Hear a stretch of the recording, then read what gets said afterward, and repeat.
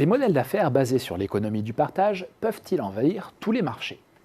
Le nombre croissant d'adeptes du partage et la variété toujours plus grande des biens et des services disponibles ne doivent pas faire oublier un certain nombre de vents contraires, de nature à en ralentir la progression. La première réserve, c'est que cette mise en commun implique une certaine prise de distance par rapport aux biens ou aux services fournis, et que cette dernière est loin d'être toujours évidente. Le partage s'arrête souvent là où débute l'intimité. Tout le monde n'est pas prêt, même contre de l'argent, à partager son logement ou louer un objet possédant une valeur affective particulière. Ce n'est pas un hasard si l'on préfère mettre en commun une résidence secondaire plutôt qu'une résidence principale et qu'on consente à y loger le temps d'un séjour touristique plutôt que sur longue période. Ce n'est pas un hasard non plus si l'on préfère mettre en location sa perceuse plutôt que sa voiture haut de gamme. Deuxième réserve, en lien avec la première, il ne faut pas enterrer trop vite l'acte d'achat et la propriété. Il est incontestable que les modèles basés sur l'usage plutôt que sur la propriété permettent d'accéder à une variété bien plus importante de biens et de services. Il est tout aussi incontestable que l'acte d'achat et la possession relèvent de ressorts psychologiques profonds et répondant à des besoins que ne satisfont pas les modèles de partage.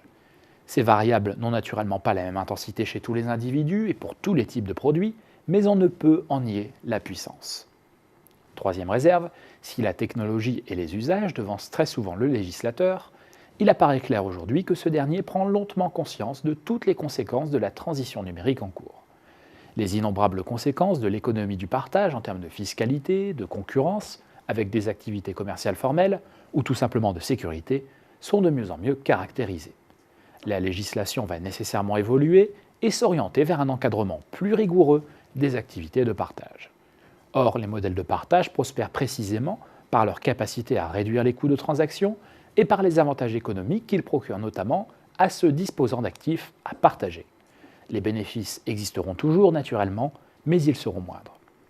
Dernière réserve enfin, tout comme le législateur, les acteurs même des industries défiés par ces modèles collaboratifs ont enfin pris conscience, c'est selon, de l'ampleur de la menace ou de l'opportunité que représente leur essor. Leur riposte ne pourra pas éternellement se résumer à un jeu d'influence sur les pouvoirs publics et les décideurs, c'est-à-dire une approche exclusivement défensive. C'est désormais à eux d'apporter une riposte à ces pratiques, tendant à les mettre en périphérie de leur propre marché. Leur marque, leur savoir-faire, leurs relations historiques avec leurs clients et leur puissance de feu financière doivent leur permettre de s'adapter et de se positionner clairement sur des configurations de marché résolument duales où usage et propriété cohabiteront.